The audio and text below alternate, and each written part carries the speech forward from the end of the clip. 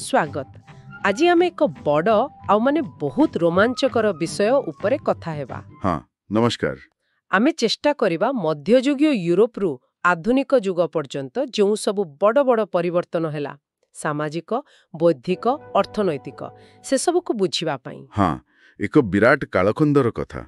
आम पाखरे जो तथ्य अछि सेगुडिक मुख्यतः पुनर्जागरण माने रेनेसा, हाँ वैज्ञानिक विप्लव, ज्ञानोदय बा एनलाइटनमेंट, फरासी विप्लव आउ शिल्प विप्लव उपरे आधारित। हाँ यही सब घटना मिसी ही आधुनिक जुगर मूलदुआ पकेला आउ समाजशास्त्र भली विषय पई बाट तैयारी कला। ठीक आमर आजिर लक्ष्य हेउछि एही सबु माने टिके जटिल लागुथिबा कथागुडीकु सरल भाबरे बुझिबा जेमिति कि जेउ माने ए विषय नुआ से माने भी सहजरे धरि पारिबे। हाँ सेटा गुरुत्वपूर्ण। आमे देखिबा केमिति यूरोपीय समाज धीरे धीरे ईश्वर केन्द्रिक चिंताधारारु बाहारी मनीष केन्द्रिक हेला। तेबे आसंतु इ लंबा कहानीर मुख्य अंशगुडिक गोटी गोटी करी देखिबा। निश्चय। तेबे आमो यात्रा आरंभ हेउछि पुनर्जागरणरु रेनेसांस जार अर्थ कुहा जाय पुनर्जन्म। एटा प्राय 1400 रु 1600 भितरे ना इटाली रु आरंभ हेइथिला। हाँ मोटामोटी सही समय इटालीर फ्लोरेंस भली सहररु इहाड़ आरंभ। आउ एहा पूर्वरु मध्य जुगरे तो चर्चर प्रभाव बहुत बेसी थिला। लोकंक मुंडरे खाली धर्म आउ परलोक कथा। एकदम। तो पुनर्जागरण ए चिंताधारा को केमती बदलैला? देखंतु एटा एक बहुत बड़ मोड़ थिला। मध्य जुगर से ही ईश्वर केन्द्रिक चिंता बदलरे पुनर्जागरण मनीष उपरे माने मनीषर सामर्थ्य उपरे अधिक गुरुत्व देला। अच्छा। एही समय रे तीनोटी मुख्य विचारधारा सामना को आसिला। गोटे हेला मानववाद ह्यूमनिज्म, हाँ आउ गोटे धर्मनिरपेक्षता सेक्युलारिज्म एवं तृतीयटी हेला व्यक्तिवाद इंडिविजुअलिज्म। ए तीनटा को टिके सरल भाषारे कहिबे कि? हाँ निश्चय। मानववाद कहिला जे मनीषर काम तार सृजनशीलता एई पृथ्वीरे तार सफलता ए सबु बेसी गुरुत्वपूर्ण। ईश्वरंक कथा तो अच्छी किंतु मनीष भी किछि कम नुहे। एमाने पुराना ग्रीक आउ रोमान लेखा पढ़ी बहुत प्रेरणा पाइले।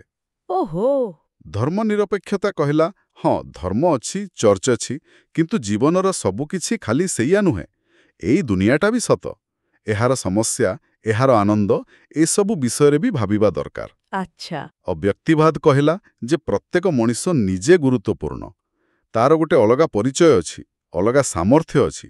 पूर्वरु जेमिति समस्ते गोठ भितरे रहुतिले सेमिति नुहे एबे व्यक्तिर महत्व बढ़िला। किंतु सेतेबेरे तो चर्च ते शक्तिशाली थिला। साधारण लोकंक पई एसबु नुआ कथा ग्रहण करिबा सहज हेई नथिबो किछि माने टक्कर हेई नथिबो। निश्चित भावरे आज्ञा संघर्ष तो थिला। ए विचार गुड़िक प्रथमे बुद्धिजीवी कलाकार और टिके पैसावाला लोकंक भितरे बेसी चलिला। चर्चित एसबुकु संदेह आखिरे देखुथिला कारण एहा तार कथा को प्रश्न करुथिला परा। किंतु मजा कथा हेउछि ठीक एई समय रे मार्टिन लूथर आसिले। अच्छा प्रोटेस्टेंट संस्कार। हाँ 1517 प्रोटेस्टेंट रिफॉर्मेशन से कैथोलिक चर्चर किछि नीति नियम को सीधा चैलेंज कले और से भी कहिले जे प्रत्येक व्यक्तिर निज विवेक अछि से निजे बाइबल पढ़ी बुझी पारिबो। ओहो एटा तो सेई व्यक्तिवाद कथा सब मिसी गला। एकदम। तेनु गोटे गोटे पुनर्जागरणर मानववादी चिंता अन्यपटे धर्म भितरे संस्कार दुईटा मिसी गोटे बड़ आलोड़न सृष्टि कला। एहार प्रभाव कला ऊपर भी पड़िथिबा निश्चय। आपण कहिले कलाकार माने सामना को आसिले। हाँ बहुत बेसी। देखंतु मध्यजुगर चित्र बा मूर्ति देखिबे सेगुड़ाक प्रायतः धार्मिक कहानी उपरे टिके काठुआ मनीष मुहरे भाव कम थाए आ प्राय 2 डायमेंशनल 2D। किंतु पुनर्जागरण कଳରେ वास्तवता बहुत बढ़ीगला। मनीष देह को ठीक भावे देखेबा मुहरे हस कांद दुख भली भावना आनिबा। अच्छा। आ गोटे बड़ कथा हैला पर्सपेक्टिव माने चित्र रे गभीरता देखेबा जेमिति कि जिंसटा 3D लागेबो। हाँ हाँ जिमिति लियोनार्दो दा विंचींको मोनालिसा। एकदम। किंबा माइकल अंजेलोंको सेई डेविड मूर्तिटा देखंतु केते जीवंत लागे। आ गोटे कथा कलाकार माने आबे निज कामरे निज ना लेखिबा आरंभ कले। ओहो सेईटा भी व्यक्तिवादर प्रमाण। हाँ आ साहित्य रे देखंतु शेक्सपियर आसिले मनीष मनर केते जटिल कथा से नाटकरे देखेले। ठीक। आउ शिक्षा क्षेत्र रे सेई छापाकला कथा गुटेनबर्ग को आविष्कार तार कौन प्रभाव पड़िला? सेईटा तो पूरा गेम चेंजर थिला। भावंतु ता पूर्वरु बही हातरे लेखा आइथिला केते समय केते खर्च। हाँ ବହୁତ କମ୍ ଲୋକଙ୍କ ପାଖରେ ବହି ଥିବ। ଠିକ୍, କିନ୍ତୁ ଛାପାକଳା ଆସିଲା ପରେ ବହି ଶସ୍ତା ହେଲା, ବହୁତ ଜଲ୍ଦି ଜଲ୍ଦି ଛପା ହେଲା। ତେଣୁ ଜ୍ଞାନ, ସେ ଧର୍ମଗ୍ରନ୍ଥ ହେଉ କି ନୂଆ ନୂଆ ବିଚାର, ସାଧାରଣ ଲୋକଙ୍କ ପାଖରେ ପହଞ୍ଚିବା ସହଜ ହୋଇଗଲା। ଆଚ୍ଛା। ଏହାଦ୍ୱାରା ଶିକ୍ଷା ବଢ଼ିଲା, ନୂଆ ନୂଆ ବିଶ୍ୱବିଦ୍ୟାଳୟ ଖୋଲିଲା, ଆଉ ମାନବିକୀ ବା ହ୍ୟୁମାନିଟିଜ୍, ଯେମିତିକି ସାହିତ୍ୟ, ଇତିହାସ, ଦର୍ଶନ, ଏସବୁ ବିଷୟର ଗୁରୁତ୍ୱ ବଢ଼ିଲା। ସେଇ ରେନାସାଁ ମ୍ୟାନ୍ କଥାଟା ବି ଆସିଲା। ମାନେ ଯିଏ ବହୁତ କିଛି ଜାଣିଥିବ, ଡାଭିଞ୍ଚିଙ୍କ ପରି। ହଁ, ଏକଦମ। ଯିଏ କଳା ବି ଜାଣିଛି, ବିଜ୍ଞାନ ବି ଜାଣିଛି, ସବୁଥିରେ ଧୁରନ୍ଧର। ତାହେଲେ ପୁନର୍ଜାଗରଣ ଗୋଟେ ନୂଆ ପ୍ରକାରର, କ'ଣ କହିବା, ଜାଣିବାର ଇଚ୍ଛା ଆଉ ପ୍ରଶ୍ନ ପଚାରିବାର ସାହସ ଦେଲା। ଏଇଟା ପରବର୍ତ୍ତୀ କେଉଁ ବଡ଼ ପରିବର୍ତ୍ତନ ପାଇଁ ବାଟ ଖୋଲିଲା? ବୈଜ୍ଞାନିକ ବିପ୍ଳବ, ଠିକ୍? ହଁ, ସେଇଆ। ଏଇ ଯୋଉ ଜିଜ୍ଞାସା ଆଉ ପୁରୁଣା କଥାକୁ ଆଖି ବୁଜି ନ ମାନି ନିଜେ ପରଖି ଦେଖିବାର ମନୋଭାବ, ସେଇଟା ହିଁ ବୈଜ୍ଞାନିକ ବିପ୍ଳବ ବା ସାଇଣ୍ଟିଫିକ୍ ରେଭଲ୍ୟୁସନ୍ ପାଇଁ ମଞ୍ଜି ପକେଇଲା। ଏଇଟା ପ୍ରାୟ 1600-1700 ଶତାବ୍ଦୀ କଥା। ଏଠି କ'ଣ ହେଲା ମୁଖ୍ୟତଃ? ଏଠି ବୈଜ୍ଞାନିକମାନେ ପ୍ରକୃତି ଆଉ ବ୍ରହ୍ମାଣ୍ଡକୁ ବୁଝିବା ପାଇଁ ପୁରୁଣା ବିଶ୍ୱାସକୁ, ମାନେ ଯାହା ଆରିଷ୍ଟଟଲ କହିଯାଇଥିଲେ ବା ଚର୍ଚ୍ଚ କହୁଥିଲା, ସେସବୁକୁ ଟିକେ ପଛରେ ପକେଇଲେ। ସେମାନେ ନିଜେ ଦେଖିବା, ଅବଜରଭେସନ୍, ପରୀକ୍ଷା କରିବା, ଏକ୍ସପେରିମେଣ୍ଟେସନ୍ ଆଉ ଯୁକ୍ତି, ରିଜନ୍ ଉପରେ ବେଶୀ ଜୋର ଦେଲେ। ଏହାର କିଛି ଉଦାହରଣ ଦେବେ କି? କେଉଁ ପୁରୁଣା ବିଶ୍ୱାସ ଭାଙ୍ଗିଲା? ସବୁଠୁ ବଡ଼ କଥାଟା ଥିଲା ବ୍ରହ୍ମାଣ୍ଡ ବିଷୟରେ। ସେତେବେଳେ ସମସ୍ତେ ଭାବୁଥିଲେ ପୃଥିବୀ ମଝିରେ ଅଛି ଆଉ ସୂର୍ଯ୍ୟ, ଚନ୍ଦ୍ର, ଗ୍ରହ ସବୁ ତା ଚାରିପଟେ ବୁଲୁଛନ୍ତି। ଏଇଟା ଚର୍ଚ୍ଚ ବି ମାନୁଥିଲା। ହଁ, ଜିଓସେଣ୍ଟ୍ରିକ୍ ଥିଓରି। ହଁ, କିନ୍ତୁ ପୋଲାଣ୍ଡର ଜଣେ ଲୋକ, ନିକୋଲସ୍ କପର୍ନିକସ୍, ସେ କହିଲେ ନା, ପୃଥିବୀ ନୁହେଁ, ସୂର୍ଯ୍ୟ ମଝିରେ ଅଛି ଆଉ ପୃଥିବୀ ସମେତ ଅନ୍ୟ ଗ୍ରହମାନେ ତା ଚାରିପଟେ ବୁଲୁଛନ୍ତି। ଓହୋ, ଏଇଟା ତ ପୁରା ଓଲ୍ଟା କଥା, ହେଲିଓସେଣ୍ଟ୍ରିକ୍ ଥିଓରି। ଏକଦମ ଓଲ୍ଟା। ଏହାପରେ ଇଟାଲୀର ଗ୍ୟାଲିଲିଓ ଗାଲିଲି ଆସିଲେ। ସେ ନିଜେ ଟେଲିସ୍କୋପ୍ ତିଆରି କରି ଆକାଶକୁ ଦେଖିଲେ, ଆଉ ସେ କୋପର୍ନିକସ୍ଙ୍କ କଥାକୁ ଠିକ୍ ବୋଲି ପ୍ରମାଣ ଦେଲେ। ସେ ଚନ୍ଦ୍ରରେ ପାହାଡ଼ ଦେଖିଲେ, ବୃହସ୍ପତିର 4ଟା ଚନ୍ଦ୍ରମା ଖୋଜି ବାହାର କଲେ। ଏସବୁ ପୂର୍ବ ଧାରଣାକୁ ପୁରା ଭାଙ୍ଗିଦେଲା। କିନ୍ତୁ ଏଥିପାଇଁ ତାଙ୍କୁ ବୋଧେ ଅସୁବିଧା ହେଇଥିଲା, ଚର୍ଚ୍ଚ ସହ। ହଁ, ବହୁତ ଅସୁବିଧା। ଚର୍ଚ୍ଚ ତାଙ୍କୁ ବାଧ୍ୟ କଲା ତାଙ୍କ କଥା ଫେରେଇ ଆଣିବାକୁ। ତାଙ୍କୁ ଶେଷ ଜୀବନରେ ନଜରବନ୍ଦୀ ହୋଇ ରହିବାକୁ ପଡ଼ିଲା। କିନ୍ତୁ ସତ ତ ଲୁଚି ରହେନି। ହଁ, ଆଉ ନ୍ୟୁଟନ୍, ଆଇଜାକ୍ ନ୍ୟୁଟନ୍, ତାଙ୍କ କଥା ତ ସମସ୍ତେ ଜାଣନ୍ତି, ସେ ଆପଲ୍ ପୋଡ଼ିବା କାହାଣୀ। ହଁ, ନ୍ୟୁଟନଙ୍କ କାମଟା ଆହୁରି ଆଶ୍ଚର୍ଯ୍ୟଜନକ। ସେ ଦେଖେଇଲେ ଯେ ପୃଥିବୀରେ ଗୋଟେ ଆପଲ୍ କାହିଁକି ତଳକୁ ପଡ଼ୁଛି ଆଉ ଆକାଶରେ ଗ୍ରହମାନେ କାହିଁକି ସୂର୍ଯ୍ୟ ଚାରିପଟେ ଠିକ୍ ବାଟରେ ବୁଲୁଛନ୍ତି। ଏ ଦୁଇଟା ପଛରେ ଗୋଟିଏ ନିୟମ କାମ କରୁଛି। ସେଇଟା ହେଲା ମାଧ୍ୟାକର୍ଷଣ ବା ଗ୍ରାଭିଟି। ଆଚ୍ଛା, ମାନେ ପୃଥିବୀର ନିୟମ ଆଉ ଆକାଶର ନିୟମ ଅଲଗା ନୁହେଁ? ନା, ସେ କହିଲେ ସମଗ୍ର ବ୍ରହ୍ମାଣ୍ଡ ଗୋଟେ ସେଟ୍ ନିୟମରେ ଚାଲୁଛି, ୟୁନିଭର୍ସାଲ ଲଜ୍। ସେ ଗତିର ନିୟମ, ଲଜ୍ ଅଫ୍ ମୋଶନ୍ ବି ଦେଲେ। ଏହାପରେ ଲୋକଙ୍କର ଦୁନିଆକୁ ଦେଖିବାର ନଜର ବଦଳିଗଲା। ଲାଗିଲା ଯେ ଦୁନିଆଟା ଗୋଟେ ବିରାଟ ମସିନ୍ ଭଳି, ଯାହା ନିୟମରେ ଚାଲୁଛି, ଆଉ ସେ ନିୟମକୁ ଆମେ ବୁଝିପାରିବା। ଏହା ତ ବିରାଟ ପରିବର୍ତ୍ତନ। ଆଉ କିଏ ଥିଲେ ଏହି ସମୟରେ?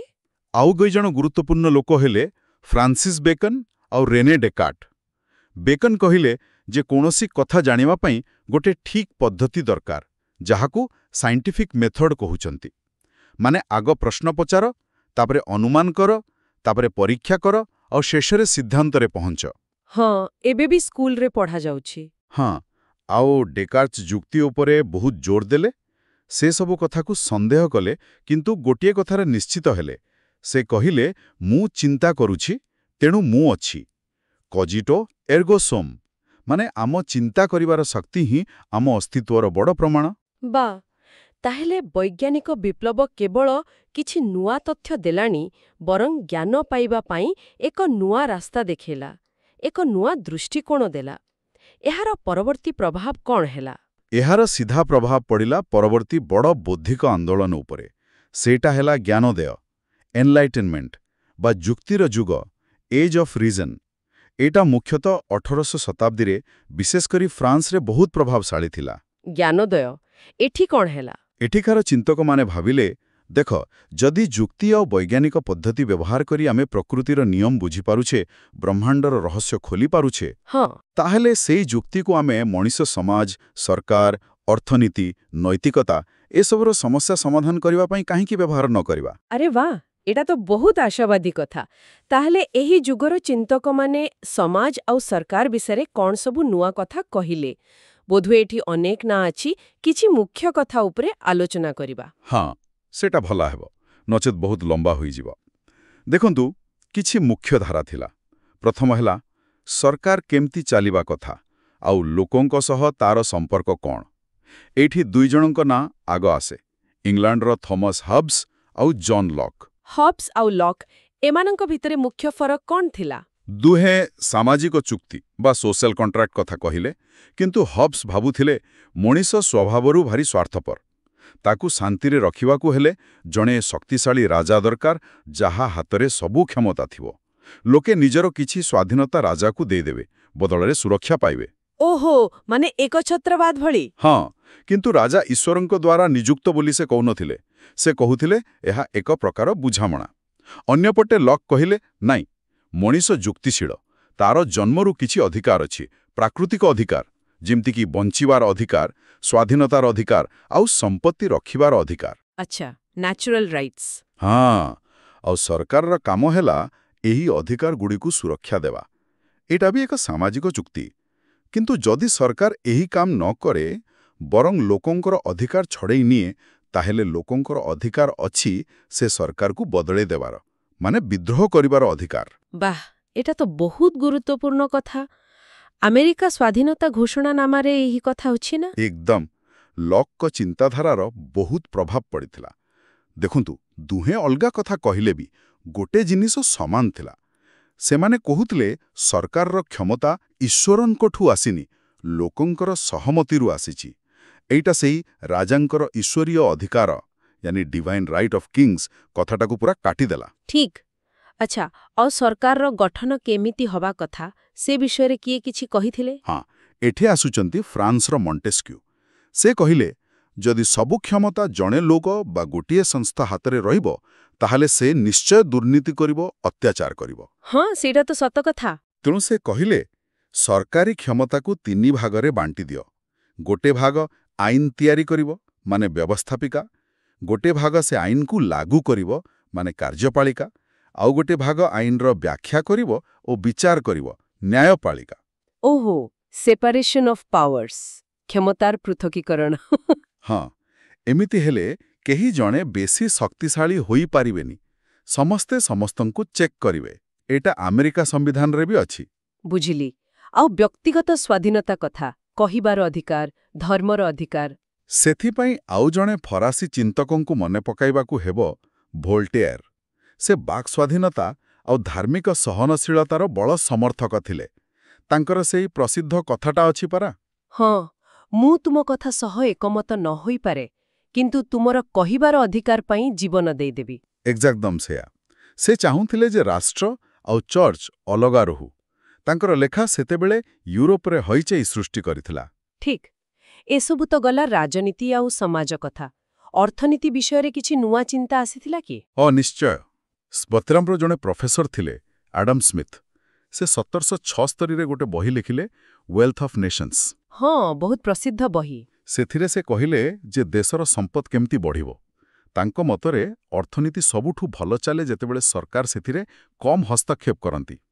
ଲେସେଫେର୍, ମାନେ ତାକୁ ତା ବାଟରେ ଛାଡ଼ିଦିଅ। ଆଚ୍ଛା, ମୁକ୍ତ ବଜାର, ଫ୍ରି ମାର୍କେଟ। ହଁ, ସେ କହିଲେ ବଜାରରେ ସମସ୍ତେ ନିଜ ନିଜ ସ୍ୱାର୍ଥ ଦେଖି କାମ କଲେ ବି ଗୋଟେ ଅଦୃଶ୍ୟ ହାତ ଅଛି, ମାନେ ଚାହିଦା ଆଉ ଯୋଗାଣର ନିୟମ। ସେଇଟା ସବୁ ଠିକ୍ କରିଦିଏ ଆଉ ସମସ୍ତଙ୍କର ମଙ୍ଗଳ ହୁଏ। ଏଟା ପୁଞ୍ଜିବାଦର ମୂଳଦୁଆ। ଆଉ ଜଣେ ବଡ଼ ନାଁ ଶୁଣିବାକୁ ମିଳେ, ରୁସୋ, ଜିନ୍ ଜାକ୍ ରୁସୋ। ତାଙ୍କର କ'ଣ ବିଚାର ଥିଲା? ହଁ, ରୁସୋ ବି ସାମାଜିକ ଚୁକ୍ତି କଥା କହିଲେ। କିନ୍ତୁ ସେ କହିଲେ ସରକାର କେବଳ କିଛି ଲୋକଙ୍କ ଇଚ୍ଛାରେ ନୁହେଁ, ବରଂ ସାଧାରଣ ଇଚ୍ଛା, ଜେନେରାଲ ୱିଲ୍ ଅନୁସାରେ ଚାଲିବା ଉଚିତ, ମାନେ ସମଗ୍ର ସମାଜର ଭଲ ପାଇଁ ଯାହା ଦରକାର। ସେ ଟିକେ ଅଲଗା ଥିଲେ, ଭାବୁଥିଲେ ଯେ ଏହି ସଭ୍ୟତାଟା ମଣିଷକୁ ନଷ୍ଟ କରିଦେଇଛି। ତାଙ୍କ ଲେଖା ଗଣତନ୍ତ୍ର ଆଉ ଫରାସୀ ବିପ୍ଳବ ପାଇଁ ବହୁତ ପ୍ରେରଣା ଦେଇଥିଲା। ଆଚ୍ଛା, ଆଉ ସେହି ସମୟରେ ମହିଳାଙ୍କ ଅଧିକାର ପାଇଁ କିଏ କହିଥିଲେ? ହଁ, ସେଇଟା ବି ଗୁରୁତ୍ୱପୂର୍ଣ୍ଣ। ମେରୀ ୱଲ୍ଷ୍ଟୋନକ୍ରାଫ୍ଟ ସେ ଲେଖିଲେ vindication of the rights of women.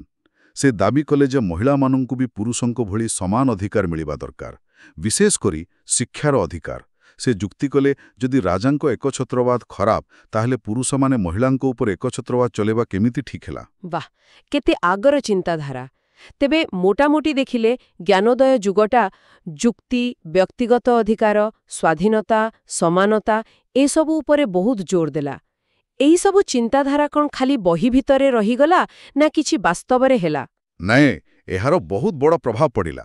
ଏଇ ବିଚାରଗୁଡ଼ିକ ହିଁ ଦୁଇଟା ବଡ଼ ବିପ୍ଳବ ପାଇଁ ବୌଦ୍ଧିକ ଇନ୍ଧନ ଯୋଗାଇଲା। ଗୋଟେ ହେଲା ଆମେରିକୀୟ ବିପ୍ଳବ 1767 ଆଉ ଗୋଟେ ହେଲା ଫରାସୀ ବିପ୍ଳବ 1789। ଫରାସୀ ବିପ୍ଳବ କଥା ଟିକେ କହିବା ନିହାତି ଦରକାର, କାରଣ ଏଟା ୟୁରୋପୀୟ ସମାଜକୁ ପୁରା ଦହଲାଇ ଦେଇଥିଲା। ହଁ, ଫରାସୀ ବିପ୍ଳବ। ତା ପୂର୍ବରୁ ଫ୍ରାନ୍ସରେ ଅବସ୍ଥା କ'ଣ ଥିଲା? କାହିଁକି ଏତେ ବଡ଼ ବିପ୍ଳବ ହେଲା? ଦେଖନ୍ତୁ, ବିପ୍ଳବ ପୂର୍ବରୁ ଫ୍ରାନ୍ସରେ ସେଇ ପୂର୍ଣ୍ଣ ବ୍ୟବସ୍ଥା ଚାଲିଥିଲା, ଏନ୍ସିଏଣ୍ଟ ରେଜିମ୍।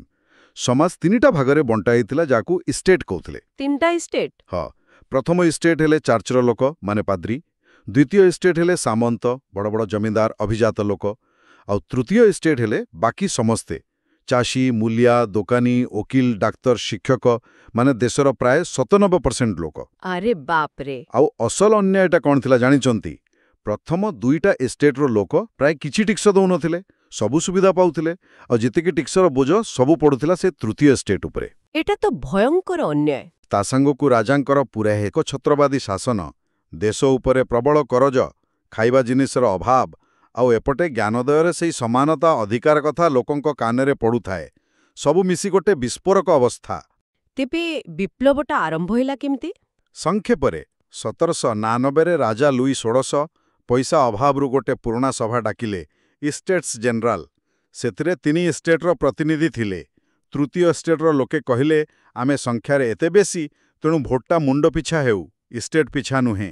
ହଁ, ସେଇଟା ତ ଠିକ୍ କଥା। କିନ୍ତୁ ରାଜା ଆଉ ବାକି 2 ଇଷ୍ଟେଟ୍ ମାନିଲେନି। ତେଣୁ ତୃତୀୟ ଇଷ୍ଟେଟ୍ର ପ୍ରତିନିଧିମାନେ ସେ ସଭାରୁ ବାହାରି ଆସି ନିଜକୁ ନ୍ୟାସନାଲ ଆସେମ୍ବଲି ଘୋଷଣା କଲେ, ଆଉ ପାଖରେ ଗୋଟେ ଟେନିସ୍ ଖେଳ ପଡ଼ିଆରେ ଏକାଠି ହୋଇ ଶପଥ ନେଲେ ଯେ ଦେଶ ପାଇଁ ଗୋଟେ ସମ୍ବିଧାନ ନ ଲେଖିବା ଯାଏଁ ସେମାନେ ଅଳଗା ହେବେନି। ଏଇଟା ଟେନିସ୍ କୋର୍ଟ ଶପଥ। ଆଚ୍ଛା। ଏହାପରେ ପ୍ୟାରିସରେ ଲୋକେ ବିଦ୍ରୋହ କରି ବାଷ୍ଟିଲ ଦୁର୍ଗ ଭାଙ୍ଗିଦେଲେ, ଆଉ ନ୍ୟାସନାଲ ଆସେମ୍ବଲି ଜାରି କଲା ମାନବ ଏବଂ ନାଗରିକ ଅଧିକାର ଘୋଷଣାପତ୍ର, declaration of the rights of man and of the citizen. ସେଥିରେ ସେଇ ଲଙ୍କ ସ୍ୱାଧୀନତା, ସମ୍ପତ୍ତି, ସୁରକ୍ଷା କଥା ଥିଲା, ଆଉ ରୁଷୋଙ୍କ ସାଧାରଣ ଇଚ୍ଛା କଥା ବି ଥିଲା। ବାଃ, ତେବେ ଏଇ ବିପ୍ଳବ ଫ୍ରାନ୍ସର ସମାଜକୁ କେମିତି ବଦଳେଇଲା? ପୁରୁଣା ବ୍ୟବସ୍ଥା ଯାଇକି କ'ଣ ନୂଆ ଆସିଥିଲା? ଏଟା ପୁରା ଓଲଟାପାଲଟ କରିଦେଲା। ରାଜତନ୍ତ୍ର ଗଲା, ସାମନ୍ତବାଦ ଗଲା, ଜନ୍ମରୁ ଯୋଉ ସ୍ୱତନ୍ତ୍ର ସୁବିଧା ମିଳୁଥିଲା ସେସବୁ ବନ୍ଦ ହେଲା। ଚର୍ଚ୍ଚର ଜମିବାଡ଼ି ସରକାର ନେଇଗଲେ, ତାର କ୍ଷମତା ବହୁତ କମିଗଲା। ଧର୍ମନିରପେକ୍ଷତା ବଢ଼ିଲା, ଆଇନ ଆଗରେ ସମସ୍ତେ ସମାନ ହେଲେ, ଯୋଗ୍ୟତାକୁ ଗୁରୁତ୍ୱ ଦିଆଗଲା, ପୁଞ୍ଜିବାଦ ପାଇଁ ବାଟ ଖୋଲିଲା। କିନ୍ତୁ ପରେ ତ ବହୁତ ହିଂସା ହେଇଥିଲା ଶୁଣାଯାଏ। ହଁ, ସେଇଟା ବି ସତ। ବିପ୍ଳବ ପରେ କିଛି ବର୍ଷ ବହୁତ ଅସ୍ଥିରତା ଥିଲା, ଯାହାକୁ ଆତଙ୍କର ଶାସନ କୁହାଯାଏ। ବହୁତ ଲୋକଙ୍କୁ ମାରି ଦିଆଗଲା, ପରେ ନେପୋଲିଅନ ଆସିଲେ। କିନ୍ତୁ ଏସବୁ ସତ୍ତ୍ୱେ ଫରାସୀ ବିପ୍ଳବର ଯୋଉ ମୂଳ ମନ୍ତ୍ର ଥିଲା, ସ୍ୱାଧୀନତା, ସମାନତା, ଭ୍ରାତୃତ୍ୱ, ଲିବର୍ଟି, ଇକ୍ୱାଲିଟି, ଫର୍ଟର୍ନିଟି, ସେଇଟା ସାରା ୟୁରୋପରେ, ଏପରିକି ଦୁନିଆରେ ବି ବ୍ୟାପିଗଲା। ଜାତୀୟତାବାଦ, ଗଣତନ୍ତ୍ର, ନାଗରିକ ଅଧିକାର, ଏସବୁ ଭାବନାକୁ ଏହା ବହୁତ ବଳ ଦେଲା। ବୁଝିଲି। ଏତେ ସବୁ ରାଜନୈତିକ ଘଟଣା ଭିତରେ ଆଉ ଗୋଟେ ବିରାଟ ପରିବର୍ତ୍ତନ ବି ଚାଲିଥିଲା। ସେଇଟା ହେଲା ଶିଳ୍ପ ବିପ୍ଳବ, ଇଣ୍ଡଷ୍ଟ୍ରିଆଲ ରେଭଲ୍ୟୁସନ୍। ଏଇଟା କ'ଣ ଥିଲା ଆଉ କେଉଁଠୁ ଆରମ୍ଭ ହେଲା? ହଁ, ଏ ଦୁଇଟା ପାଖାପାଖି ସମୟରେ ହେଉଥିଲା। ଶିଳ୍ପ ବିପ୍ଳବଟା ମୁଖ୍ୟତଃ ଏକ ଅର୍ଥନୈତିକ ଆଉ ବୈଷୟିକ ପରିବର୍ତ୍ତନ। ଏଟା ଆରମ୍ଭ ହେଲା ବ୍ରିଟେନରୁ ପ୍ରାୟ 1750 ପରେ। ଏଥିରେ ମୂଳ କଥାଟା କ'ଣ ଥିଲା? ମୂଳ କଥା ହେଲା ଜିନିଷ ତିଆରି କରିବାର ଉପାୟ ବଦଳିଗଲା। ଭାବନ୍ତୁ, ତା ପୂର୍ବରୁ ଲୁଗା ହଉ କି ଯନ୍ତ୍ରପାତି ସବୁ ପ୍ରାୟ ହାତରେ, ଘରେ ବା ଛୋଟ କାରିଗରଶାଳାରେ ତିଆରି ହେଉଥିଲା, କୁଟୀର ଶିଳ୍ପ। ହଁ। କିନ୍ତୁ ଶିଳ୍ପ ବିପ୍ଳବ ସମୟରେ ନୂଆ ନୂଆ ମେସିନ୍ ବାହାରିଲା, ସ୍ପିନିଂ ଜେନି, ପାୱାର ଲୁମ୍ ଭଳି। ଆଉ ଶକ୍ତି ପାଇଁ କୋଇଲା ଆଉ ବାମ୍ଫର ବ୍ୟବହାର ଆରମ୍ଭ ହେଲା, ଷ୍ଟିମ୍ ପାୱାର। ଆଚ୍ଛା। ଏହା ଫଳରେ ବଡ଼ ବଡ଼ କାରଖାନା ବସିଲା, ଆଉ ସେଠି ମେସିନ୍ ସାହାଯ୍ୟରେ ବହୁତ ପରିମାଣରେ ଜିନିଷ ତିଆରି ହେଲା। ମାସ୍ ପ୍ରଡକ୍ସନ୍। ମଣିଷ ଶ୍ରମ ବଦଳରେ ଯନ୍ତ୍ରର ବ୍ୟବହାର ବଢ଼ିଗଲା। ଏହାର ପ୍ରଭାବ ସମାଜ ଉପରେ କେମିତି ପଡ଼ିଲା? ପୁରୁଣା ସେଇ ଚାଷୀ ସମାଜଠୁ ଏ ନୂଆ ଶିଳ୍ପ ସମାଜ କେତେ ଅଲଗା ଥିଲା? ଆରେ ବାପରେ, ପୁରା ଅଲଗା। ଦେଖନ୍ତୁ କ'ଣ ସବୁ ବଦଳିଲା। ପ୍ରଥମ କଥା, କାମ କରିବାର ଜାଗା ଆଉ ଧରଣ ବଦଳିଗଲା। ଲୋକେ ଘରେ ନୁହେଁ କାରଖାନା ଯାଇ କାମ କଲେ, ତେଣୁ କାମ ଆଉ ଘର ଅଲଗା ହେଇଗଲା। ଦ୍ୱିତୀୟରେ, କାରଖାନାରେ ଘଣ୍ଟା ଦେଖି କାମ। ମେସିନ୍ ଯେମିତି ଚାଲିବ ତା ସାଙ୍ଗେ ତାଳ ଦେଇ କାମ କରିବାକୁ ହବ। ଆଉ କାମଟା ବି ଭାଗ ଭାଗ ହେଇଗଲା। ଜଣେ ଲୋକ ଗୋଟେ ଜିନିଷର ଗୋଟେ ଛୋଟ କାମ ଖାଲି ଦିନସାରା କରୁଥିବ। Division of labour. ଆଚ୍ଛା। ତୃତୀୟରେ, ସହରୀକରଣ, ଅର୍ବାନାଇଜେସନ୍। କାରଖାନା ସବୁ ସହରରେ ବା ତା ପାଖପାଖି ହେଲା। ତେଣୁ ଗାଁ ଗଣ୍ଡାରୁ ହଜାର ହଜାର ଲୋକ କାମ ଖୋଜି ସହରକୁ ପଳେଇ ଆସିଲେ। ସହରଗୁଡ଼ାକ ହଠାତ୍ ବହୁତ ବଢ଼ିଗଲା। ଓହୋ। ଚତୁର୍ଥରେ, ଦୁଇଟା ନୂଆ ସାମାଜିକ ଶ୍ରେଣୀ ବଡ଼ ହୋଇଗଲେ। ଗୋଟେ ହେଲା ପୁଞ୍ଜିପତି ବା କାରଖାନା ମାଲିକ, କ୍ୟାପିଟାଲିଷ୍ଟ।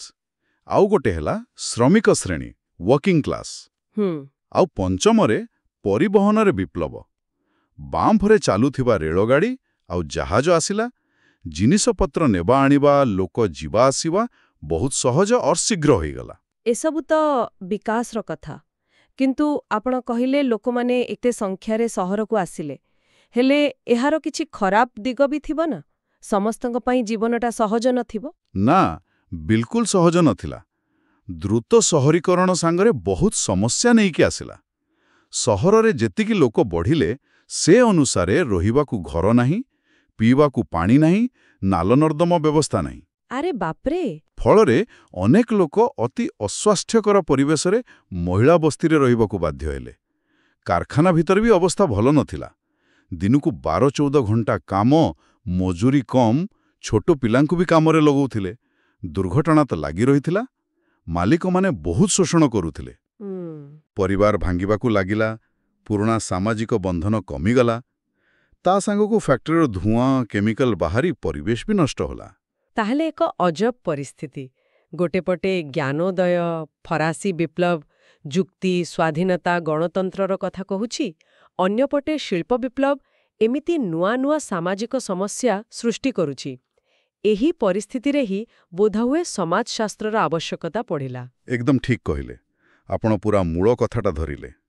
ଏଇ ଯେଉଁ ଏତେ ବଡ଼ ବଡ଼ ପରିବର୍ତ୍ତନ ହେଉଥିଲା, ରାଜନୈତିକ, ଅର୍ଥନୈତିକ, ସାମାଜିକ, ଆଉ ତା ସାଙ୍ଗରେ ଏତେ ସବୁ ସମସ୍ୟା, ଦାରିଦ୍ର୍ୟ, ଅପରାଧ, ବସ୍ତି, ଶ୍ରମିକ ଅସନ୍ତୋଷ, ଏସବୁକୁ ବୁଝିବା ପାଇଁ ଗୋଟେ ନୂଆ ଉପାୟ ଦରକାର ଥିଲା। ହଁ। ପୁରୁଣା ଦର୍ଶନ ବା ଇତିହାସ ଏଇ ଦ୍ରୁତଗତିରେ ବଦଳୁଥିବା ସମାଜକୁ ବୈଜ୍ଞାନିକ ଢଙ୍ଗରେ ବୁଝାଇବା ପାଇଁ ଯଥେଷ୍ଟ ନଥିଲା। ସେଥିପାଇଁ 19ବିଂଶ ଶତାବ୍ଦୀରେ ସୋସିଓଲୋଜି ବା ସମାଜଶାସ୍ତ୍ର ଗୋଟେ ଅଲଗା ବିଷୟ ଭାବରେ ଜନ୍ମ ନେଲା। ଆଚ୍ଛା। ଏହାର ମୂଳ ଲକ୍ଷ୍ୟ ଥିଲା ଏଇ ଯେଉଁ ଆଧୁନିକ ଜଟିଳ ଶିଳ୍ପ ସମାଜ ତିଆରି ହେଉଛି, ତାକୁ ବୈଜ୍ଞାନିକ ଦୃଷ୍ଟିରେ ବୁଝିବା। ଏହାର ସମସ୍ୟାଗୁଡ଼ିକର କାରଣ କ'ଣ, ତାର ସମାଧାନ କ'ଣ ହେଇପାରିବ, ସେ ସବୁ ଖୋଜିବା। Auguste Comte, Emile Durkheim, Karl Marx, Max Weber, ଏ ଯେଉଁ ପ୍ରଥମ ସମାଜଶାସ୍ତ୍ରୀମାନେ ଥିଲେ, ସେମାନେ ଏହି ପରିବର୍ତ୍ତନଗୁଡ଼ିକୁ ହିଁ ନିଜ ଅଧ୍ୟୟନର କେନ୍ଦ୍ରରେ ରଖିଥିଲେ। ବାଃ, ବହୁତ ସୁନ୍ଦର ଭାବରେ ଆପଣ ସବୁ ଯୋଡ଼ିଦେଲେ। ତେବେ ଆଜି ଆମେ ଏକ ବହୁତ ଲମ୍ବା କିନ୍ତୁ ଗୁରୁତ୍ୱପୂର୍ଣ୍ଣ ଯାତ୍ରା କଲେ। ଆମେ ଦେଖିଲେ କେମିତି ପୁନର୍ଜାଗରଣ ମଣିଷକୁ ଆଗକୁ ଆଣିଲା। ହଁ। ବୈଜ୍ଞାନିକ ବିପ୍ଳବ ଯୁକ୍ତି ଆଉ ପରୀକ୍ଷାକୁ ଗୁରୁତ୍ୱ ଦେଲା। ଠିକ୍। ଜ୍ଞାନୋଦୟ ସେହି ଯୁକ୍ତିକୁ ସମାଜ ଆଉ ସରକାର ଉପରେ ଲଗେଇଲା। ହଁ। ଫରାସୀ ବିପ୍ଳବ ପୁରୁଣା ରାଜନୈତିକ ବ୍ୟବସ୍ଥାକୁ ଭାଙ୍ଗିଦେଲା। ଆଉ ଶେଷରେ ଶିଳ୍ପ ବିପ୍ଳବ ସମାଜର ପୁରା ରୂପରେଖା ବଦଳେଇ ଦେଲା। ହଁ। ଆଉ ଏହି ସବୁ ମିଶି କେବଳ ଆଧୁନିକ ଯୁଗକୁ ଜନ୍ମ ଦେଲାନି, ବରଂ ସମାଜକୁ ବୁଝିବାର ଏକ ନୂଆ ବିଜ୍ଞାନ ସମାଜଶାସ୍ତ୍ର ପାଇଁ ମଧ୍ୟ ବାଟ ତିଆରି କଲା। ଏକଦମ। ଆଉ ଶେଷରେ ଗୋଟିଏ କଥା ଭାବିବା ପାଇଁ ଛାଡ଼ି ଯାଉଛି। ଆମେ ଆଜି ଯେଉଁ ସବୁ ବିରାଟ ପରିବର୍ତ୍ତନ କଥା କହିଲେ, ବ୍ୟକ୍ତିର ମହତ୍ତ୍ୱ, ଯୁକ୍ତିର ଜୋର, ପୁରୁଣା କଥାକୁ ପ୍ରଶ୍ନ କରିବା, ଗଣତନ୍ତ୍ର, ଅଧିକାର, ଶିଳ୍ପ, ଟେକ୍ନୋଲୋଜି, ସହରୀ ଜୀବନର ଜଟିଳତା, ଏସବୁର ପ୍ରଭାବ କ'ଣ ଆଜି ବି ଆମ ଜୀବନରେ ନାହିଁ? ଆମ ସମାଜରେ, ଆମ ଚିନ୍ତାଧାରାରେ ଏସବୁ କେତେ ମାତ୍ରାରେ ରହିଛି? ସେ ଯେଉଁ ଇତିହାସର ସୁଅ ବହିଥିଲା, ତାହା କ'ଣ ଆଜି ବି ଆମକୁ ଆଉ ଆମ ପୃଥିବୀକୁ ଗଢ଼ି ଚାଲିନି? ଏଇଟା ଟିକେ ଭାବିବାର କଥା। ଆଉ ଏହା ଉପରେ ଆହୁରି ଜାଣିବାକୁ ଆହୁରି ଗଭୀରକୁ ଯିବା ପାଇଁ ଏକ ଆମନ୍ତ୍ରଣ ବୋଲି ଧରି ନିଅନ୍ତୁ। ବହୁତ ବଢ଼ିଆ, ନିଶ୍ଚୟ ଭାବିବାର କଥା। ଆଜିର ଏହି ଆଲୋଚନା ପାଇଁ ଆପଣଙ୍କୁ ବହୁତ ବହୁତ ଧନ୍ୟବାଦ। ଆପଣଙ୍କୁ ବି ଧନ୍ୟବାଦ।